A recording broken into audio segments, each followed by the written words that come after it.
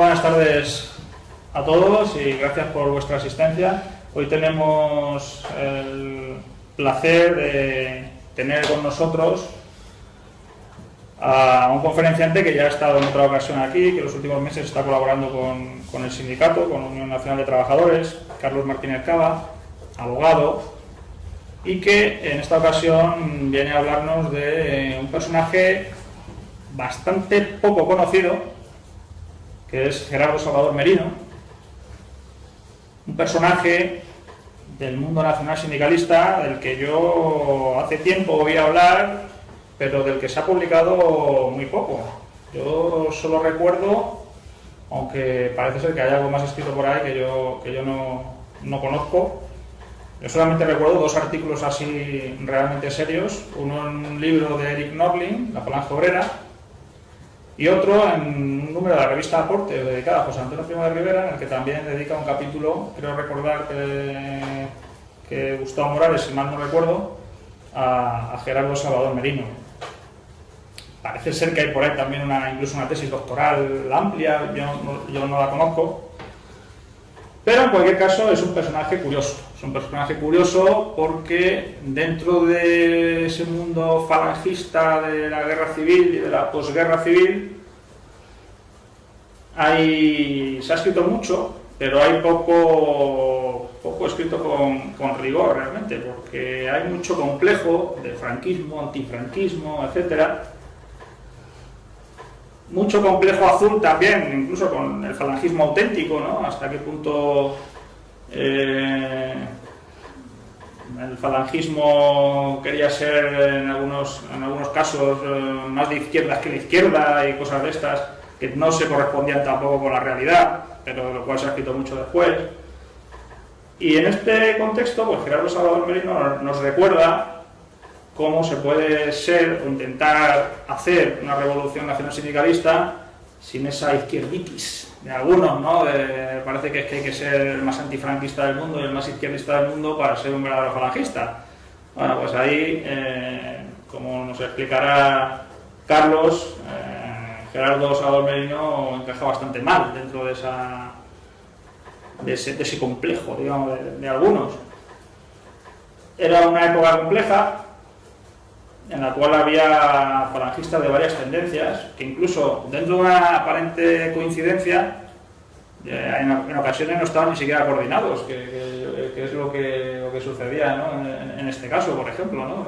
Salvador Merino iba por un lado, los, entre comillas, legitimistas que se hacían llamar, iban por otro, parece que no iban muy coordinados tampoco unos con otros, en fin, un tema del que se ha escrito poco y que es bastante poco conocido en el mundo azul, y que sinceramente creo que merece la pena rescatar.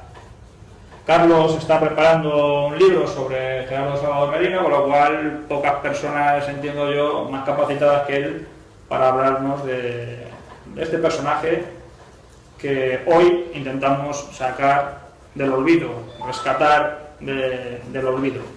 Así que sin más preámbulos doy la palabra a Carlos Martínez Cava, que nos hablará sobre Gerardo Salvador Merino. Muchas gracias, Jorge, por la presentación y por la invitación de nuevo a la sede del sindicato UNT, esta vez para hablar de un personaje que, como tú has dicho, es muy desconocido. A mí me era completamente ajeno hasta hace año y medio en que empecé a leer sobre él y me cautivó. Comencé una búsqueda bibliográfica por internet y por librerías de viejo, buscando sobre aquella época tan convulsa como atractiva, y lo que he ido encontrando me ha sorprendido gratísimamente, porque creo que es perfectamente reivindicable en un momento en que nuevamente en Europa asistimos a la crisis del capitalismo, a la intentona neomarxista de dar soluciones a esas crisis del capitalismo, y a ver cómo todo vuelve a fallar, porque ninguna de esas dos concepciones se apoyan sobre lo que nosotros siempre hemos defendido, que es la persona. Y todo orden político y social que no esté fundamentado en la persona inevitablemente va a fallar, como así estamos viendo. Por eso la figura de Gerardo Salvador Merino emerge con una claridad y una valentía que le hace plenamente actuar. Hoy ninguna calle le recuerda, ninguna plaza, ningún centro de estudios, ningún libro sobre él. Pero si hubo un falangismo rebelde tras la guerra civil juramentado a realizar la revolución, Gerardo Salvador Merino ocupa un lugar de honor en esa memoria. De lejos viene el equívoco radicalmente distinto. Aquellos años trágicos de la Guerra Civil Española abrieron esa ventana dentro de ese segundo episodio de la Guerra Civil Europea que comenzó en 1939. Sobre ella estuvo Gerardo. Gerardo Salvador Merino era de Palencia, nació en 1910 en Herrera de Pisuerga, localidad de la que también era oriundo José Antonio Girón de Velasco. Su juventud estuvo marcado por una militancia en el ala más radical del Partido Socialista Obrero Español. Y ello no obstante, ese partido, el Partido Socialista, asesinó a su madre en mayo de 1933 y trataron de atentar igualmente contra la vida de su padre, que era militante de la CEDA, lo que le desvinculó claramente del partido de Pablo Iglesias. Ya en Madrid frecuentó las tertulias del Café Lión, donde conoció a José Antonio, de quien quedó, como gran parte de la juventud de España de entonces, cautivado, y no tardó en incorporarse a Falange Española, trabajando por acentuar la faz más social de este emergente movimiento político. Estudiante de Derecho, se hizo notario obteniendo una plaza en Puentes de García Rodríguez, en La Coruña, en 1935. En la Guerra Civil combatió en el frente asturiano, siendo herido 2 veces. Y es el propio Manuel Hedilla quien le nombra en 1938, convaleciente todavía de sus heridas de guerra, jefe provincial de Falange Española de las Jons en La Coruña y en sustitución de Gerardo Álvarez de Montemayor, y de donde le cesaría Raimundo Fernández Cuesta de aquel mitin famoso en la Plaza de Toros. Para contemplar la obra de edificación de Gerardo Salvador Merino, habría que retroceder a junio de 1934, cuando se ponen en marcha las primeras CONS, Centrales Obreras Nacionales Sindicalistas, en sectores como industrias gráficas, hostelería y metalurgia, sabedoras de que debían ser, por el momento, un sindicato horizontal para competir con los existentes hasta que pudiera edificarse el Estado sindical. Su labor de proyectos mutualistas y bolsas de trabajo pronto despertó los recelos del marxismo y causó los primeros mártires de la Falange. La idea era cristalina, y José Luis Darrés, en su obra escrita en 1936, la dejó expuesta. Si queremos que el español se vuelque con nosotros, si queremos que nos siga plena y totalmente con todo el peso de su empuje, que ya sabemos es arrollador, tenemos que darle la revolución que pide, es decir, la revolución salida del alma popular, no la revolución extranjera ni la revolución a medias, sino la revolución total y nacional. ¿A qué la idea liberal de expulsar al obrero con el salario de los derechos que le corresponden en los beneficios?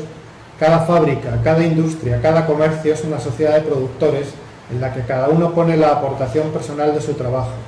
Luego la organización social y sindical en ellos debe ser la de una serie de sociedades formadas por los patronos, técnicos y obreros que trabajan en una misma empresa y en la que todos son socios productores de la ganancia y por tanto todos deben intervenir en la empresa y todos deben participar en los beneficios. Tras las elecciones de febrero de 1936, los sindicatos falangistas fueron puestos fuera de la ley y sus locales cerrados. Al estallar la guerra en la zona nacional, esas CONS experimentan en zona nacional, como digo, un crecimiento sin precedentes con afiliaciones masivas. En diciembre de 1936 se crea la CENS, Organización Empresarial en Zaragoza, con el objetivo de unificarse en un futuro Estado Nacional Sindicalista. Aunque ya, desde un primer momento, esa clase empresarial en su conjunto no terminaba de ver con satisfacción el modelo sindical falangista. Ese malestar creció con la unificación decretada en 1937. Las tensiones dentro del régimen crecieron y tras la publicación del Fuero del Trabajo se nombra a Pedro González Bueno como ministro de Acción y Organización Sindical el 30 de enero de 1938, cargo que ostentó hasta el 9 de agosto de 1939. Se buscaba ya crear un sindicalismo lejos de la intención totalizadora de Falange. De hecho, la Ley de Bases de la Organización Nacional Sindicalista, presentada al Consejo de Ministros el 1 de junio de 1939, fue rechazada por el Consejo Nacional y posteriormente por el Consejo de Ministros por pretender que la futura organización sindical quedara fuera del alcance de FET y de las FONS. Es ahí donde la figura de Gerardo Salvador Merino emerge como delegado nacional de sindicatos.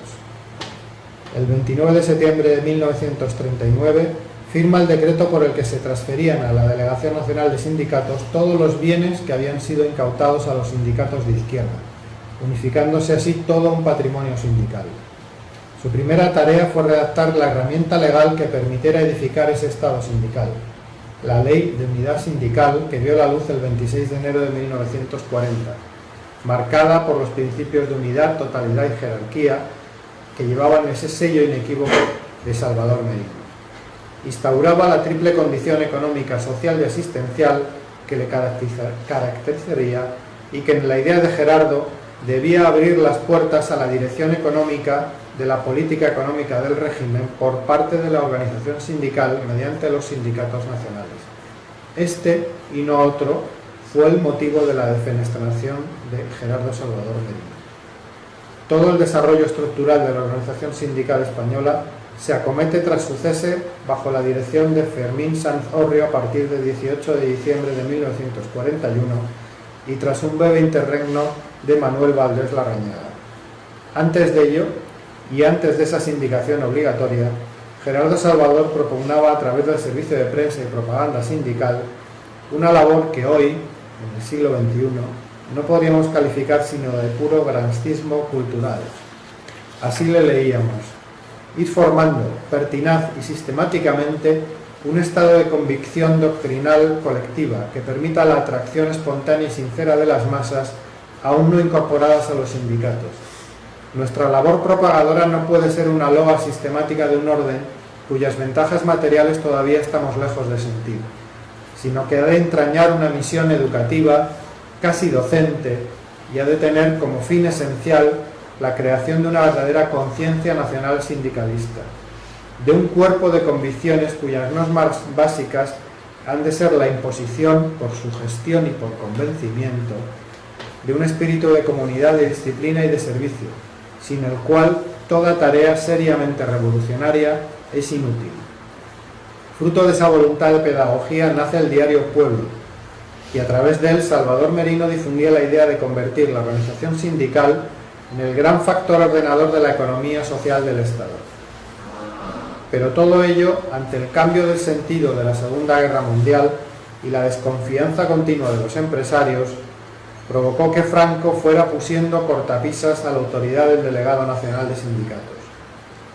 Ello se hizo claramente visible nombrando a empresarios como jefe de los sindicatos nacionales, arrebatando de las manos de la organización sindical las competencias en materia de reglamentación laboral y suprimiendo todos los intentos de crear un banco sindical como fuente de financiación.